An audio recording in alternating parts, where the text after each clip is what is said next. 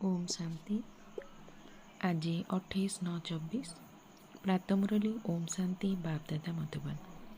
आज महावाक्य बाबा कहले मिठे बच्चे जितेबले तुमे माने पुरुषार्थर क्रम अनुसार शतप्रधान हेब सेतेबले एही सबु प्राकृतिक दुर्विपाक बा विनाशर बेग बढ़िब एवं एही पुराणा दुनिया समाप्त होइजिब। आजिर प्रश्न केउ गोटे पुरुषार्थ करुथबा आत्मा मानंकु बाबांकर पूरा वर्षा अर्थात संपत्ति प्राप्त होइथाए। उत्तर जदि पूरा संपत्ति नेबाकु चाहुछ तेबे प्रथमे बाबांकु निजर उत्तराधिकारी कर अर्थात जहा किछि तुम निकटरे अछि सेगुड़िकु बाबांकु समर्पण करिदियो, बाबांकु निजर संतान करिदियो, तेबे पूरा संपत्तिर अधिकारी होइजिब। संपूर्ण पवित्र होई जाओ तेबे मध्य पूरा वर्षा मिलिजिब।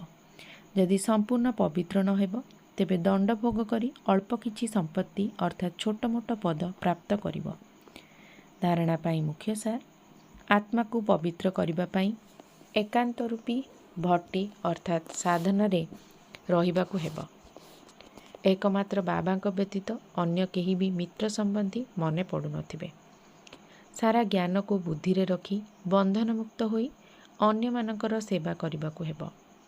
बाबांक सहित सच्चा सौदा करिबाकु हेब। जेपरी ब्रह्मा बाबा सबकिछि गुप्त रूप रे करिथिले सेही भली गुप्त दान करिबाकु हेब। आजिर वरदान मायार विकराल रूपर खेलकु साक्षी होई देखुथिबा मायाजित भव। जेउ माने माया को सर्वदा स्वागत करुथांती से माने तार विकराल रूप को देखि विचलित हुअंती नहीं। कारण साक्षी होई खेल देखिबारे बहुत मजा आसी थाए।